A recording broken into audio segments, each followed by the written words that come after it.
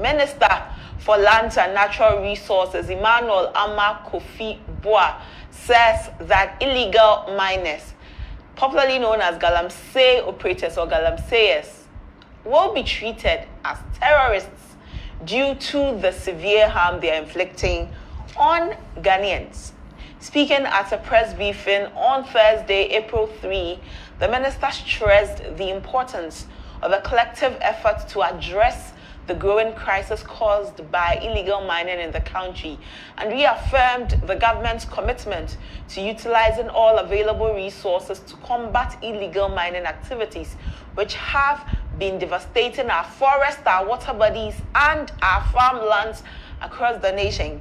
And then just a few days ago, you heard that some gold have been discovered in the Upper East region. Instead of us being happy about it, we are all apprehensive because we've already seen how devastating the mining of gold illegally is doing our nation, or how it's really causing us. And so if we discover another part of the nation having gold, it doesn't even inspire any happiness in us anymore, because we see what is already happening. But the minister has also reassured law-abiding small-scale miners that the government is ready to assist those who are committed to mining responsibly. This will be forming part of a broader measure being taken to curb galamsey in our country, including geotagging and tracking excavators. But really, is that what we need? We don't know about you, but well, you let us, we'll be having conversations on that. But you would also recall that a few weeks ago, or a few days ago, we had conversation about galamsey with one of the CSOs. She said something, the executive director of that CSO said something, and just yesterday the minister is saying the same thing. But before I tell you what she said, let's listen to the minister's bite. We'll be back for more. Ladies and gentlemen, the Ministry of Lands and Natural Resources is committed to eradicating illegal mining.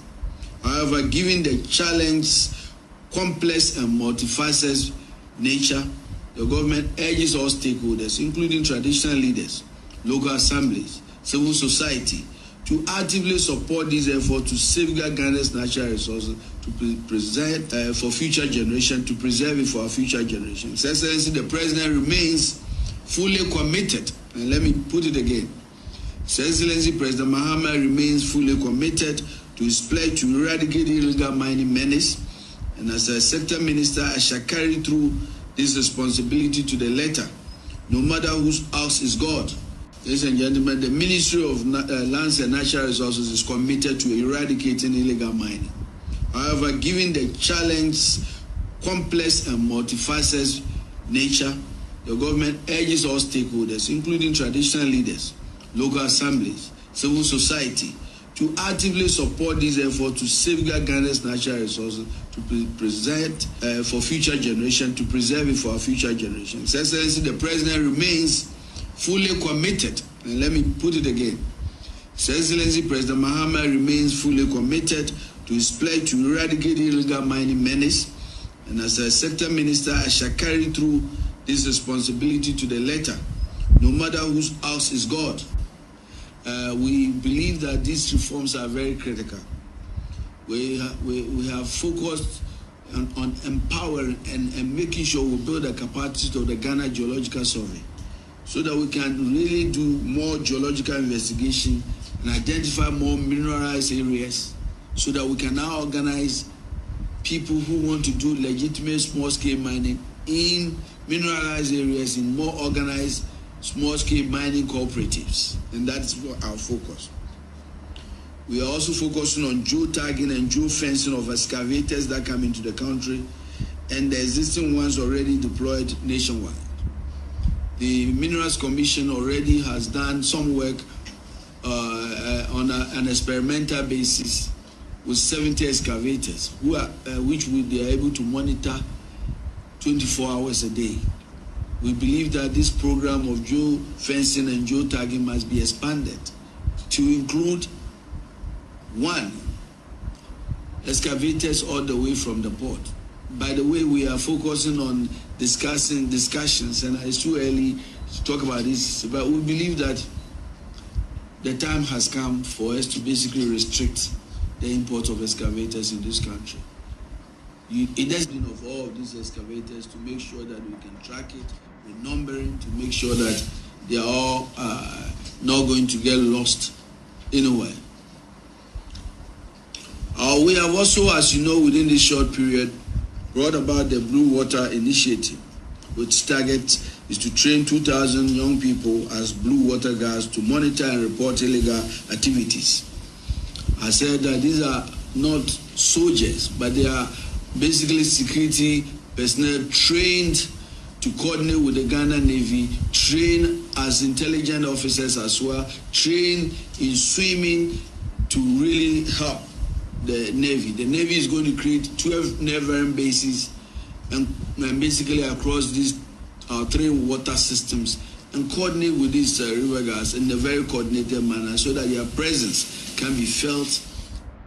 And so this is the Minister for Lands, Honorable Emmanuel Kofi-Boah. I was telling you that a few weeks ago here on this network on ABC in the morning, we had a conversation with the Executive Director of Eco-Conscious Citizens, Awula Serwah, where she warned that parts of the country could fall under the complete control of galamsey operators if immediate action is not taken to remove them from affected areas.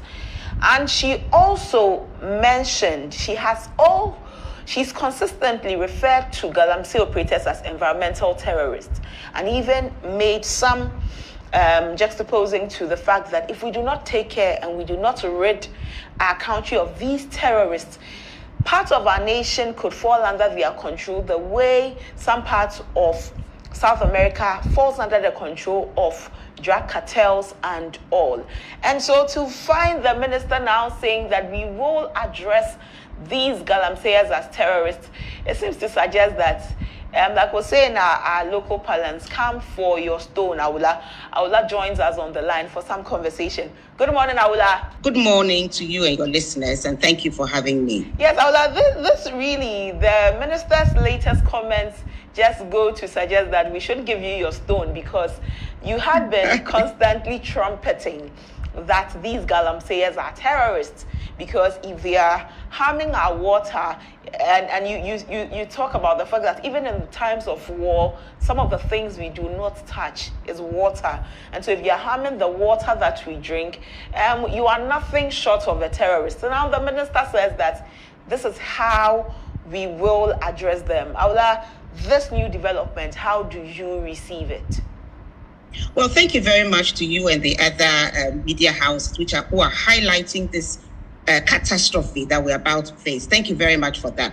I would say that if you have now recognized that they are environmental terrorists, that we face an existential threat, I'm wondering what is stopping us from calling a state of emergency. You see, every day that we dilly-dally, the situation is getting worse.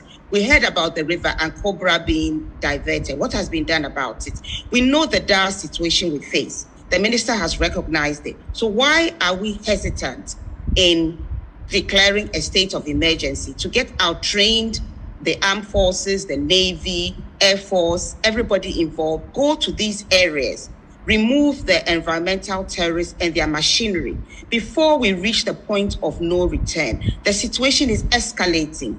Even in areas where we are told they've reclaimed, they go right back. So whether we didn't entirely remove them or what, I wouldn't know. But the facts are that they go right back to where we say we have removed them. This is an existential threat, and we must treat it as such. We must treat it as such. Maybe the government, the minister, is not going on a very fast pace as you would. Maybe you would be expecting that they go on the pace of a hare, but they're taking a tortoise pace. But in any case, as slow as the tortoise is, it by the end of the day reaches its destination. Shouldn't we give the minister and the presidency some leverage, some allowance to be able to get there? Because right now, at this point where we've gotten to 4 months into the presidency, we finally gotten to the point where now they recognize these persons as terrorists. and to take some action against. And so maybe it may not go as fast as you want it, but we may still be on the right track. Won't you say that? You see, we commend some of the effort that have been made. But you see, the house is burning. When your house is burning, there's a matter of urgency. We've been able to revoke e-levy. When you look at the state of emergency and e-levy, which is more important, we are dealing with our existence. Water is life. Our water is being poisoned. Ghana water does not remove the heavy metals from the water. People are drinking it. We've heard about the rise in kidney disease, cancers, birth defects, maternal deaths, deformed babies. And yet we're more concerned about e-levy, about 24-hour economy, betting tax. Yes, it's good to capture the loot because we need the loot for our economy. But which is more important, to arrest the situation, to stop the house from burning. If your house is burning, you have to pay school fees, you have to eat. Which is going to be your priority? Won't your priority be to extinguish the fire? So I think we've got our priorities wrong. We commend the government for the steps that they've taken so far, but we are saying that it's too little and the house is burning. We need to put out the fire. It's a good thing that they are thinking about removing the police commanders in the Galamsey areas and replacing them with new ones who will also be monitored. If things don't change, they will also be removed. We know as a fact that if the chiefs, the police, and the political authority are together and they say no Galamsey, if I prefer to call it illegal mining, no illegal mining, it won't take place. By many cases, either the chiefs are involved, the police are complicit, the political authority is involved, or all three. We know about Gemma, where the chief of Gemma and Reverend Father JB, because of their activism and advocacy, there's no illegal mining there. So we know that the police, the chiefs, and the political authority play a cardinal role. We are not saying that no efforts are being made, but we are saying that the house is burning. There is a catastrophe coming. You know that in some places, the illegal terrorists have dug around the foundations of houses. These houses may collapse anytime. Are we going to wait for them to collapse and then that more rushes there and offers to buy coffins?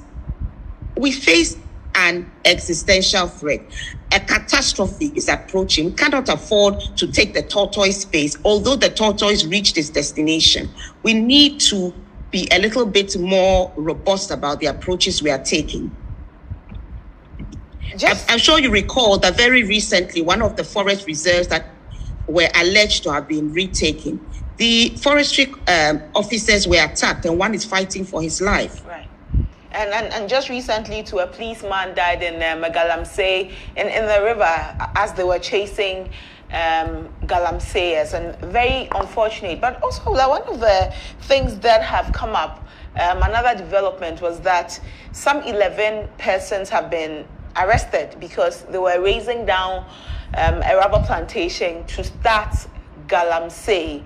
And so it seems to suggest that even when government is doing its work to clamp down on it, there's still people who are still brazen about going after it, and they really do not care the consequences to this. And so it feels like there really is a very entrenched mindset in the minds of people when it comes to Galamsey. It's been going on for too long, you see, and all we care about are the environmental terrorists. We keep on talking about the livelihood. Livelihood is important for every single Ghanaian. Every single Ghanaian needs a livelihood. And the government should try and ensure that they have a livelihood.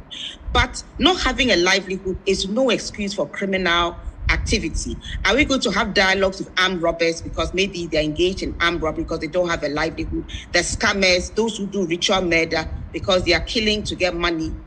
Criminal activity is criminal activity. We seem to focus on the environmental terrorists, forgetting that they are poisoning all Ghanaians, including themselves, forgetting that because of their activities, cocoa farms are being destroyed. Cocoa is being contaminated, and very soon we'll not be able to export cocoa because we'll be told it has poisons.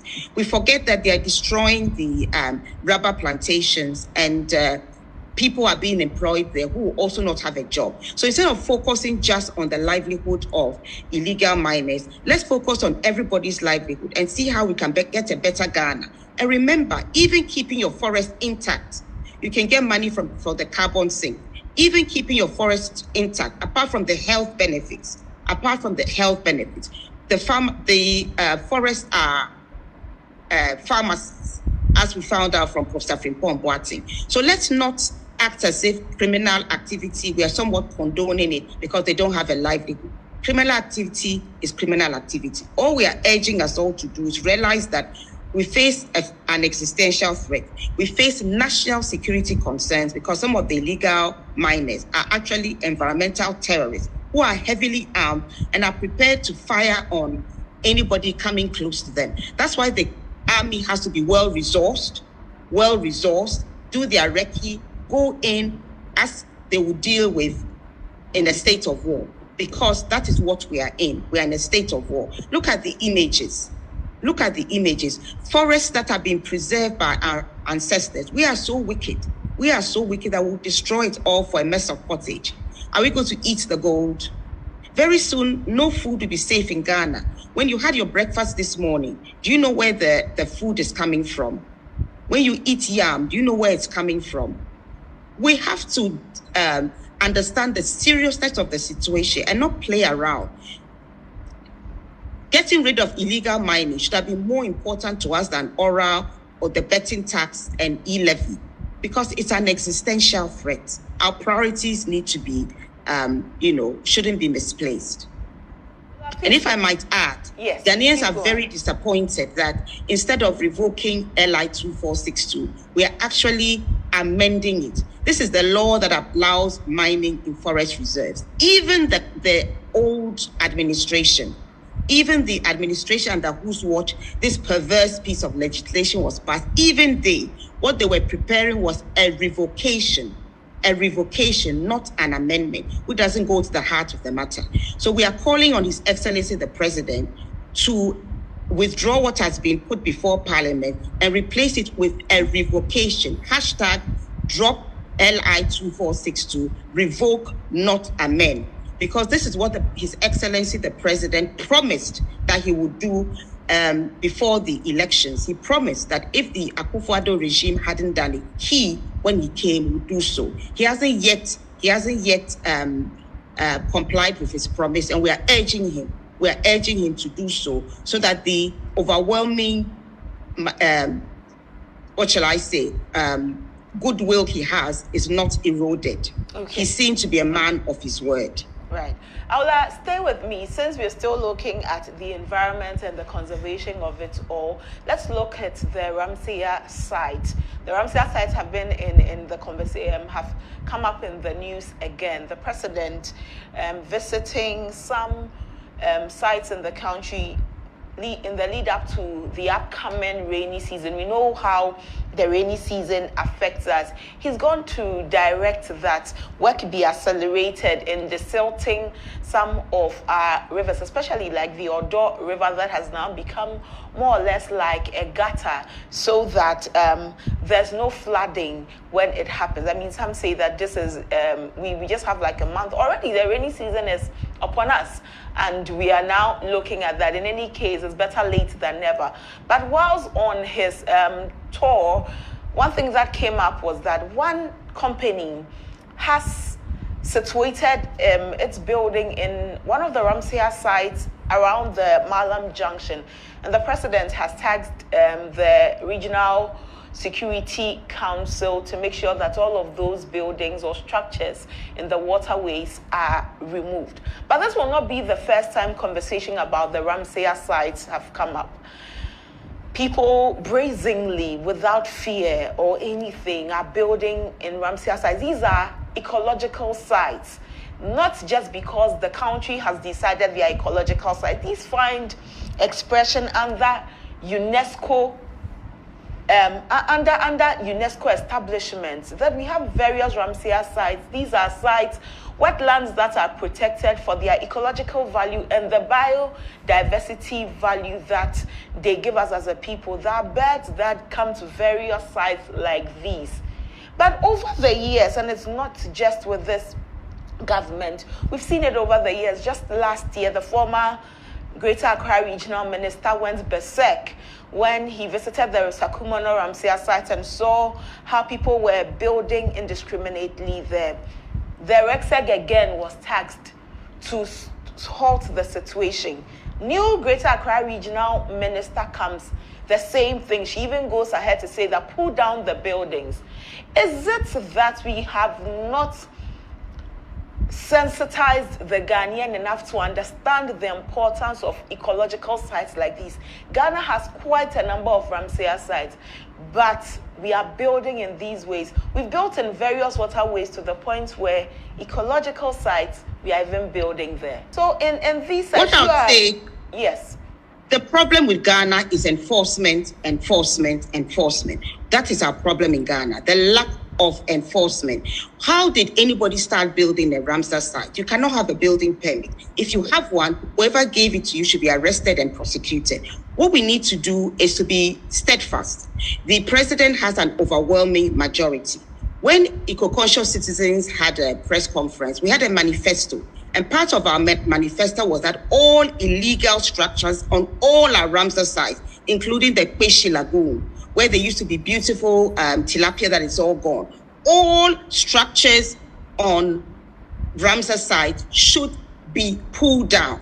If you notice, the former regional minister, the Honorable Henry Forte, said he would do that, and I'm sure he got phone calls and they did a U-turn. The problem with this country is that people build anywhere, on parks. Here in my job, the children's park has been taken over. You have people building on waterways everywhere because there's no enforcement. Whether it's noise pollution, whether it's mining, every area we go to, we refuse to enforce. We're calling on His Excellency the President. Let's not just talk. Let's go to the Ramsar site and pull down all the illegal structures. You have no business being there. And because of your building being unlawfully there, apart from all the very good points you mentioned, other people's houses are being flooded. People die because somebody has decided to engage in criminal activity and nobody stops him. And let me digress here a bit and say that even I was a bit disappointed when it came to the small scale mining. The problem is no monitoring, no enforcement. So to license them and to say that you are going to allow them to continue if they are going to mine responsibly, it's not logical. If you haven't got your enforcement in place, you must walk before you run. If you don't have your enforcement properly in place and you just give people licenses very quickly and nobody is monitoring, what is going to stop people from doing the wrong thing? People do the right thing because you inspect them to do, not what you expect them to do. So if you don't monitor, you don't see that people are doing the right thing, you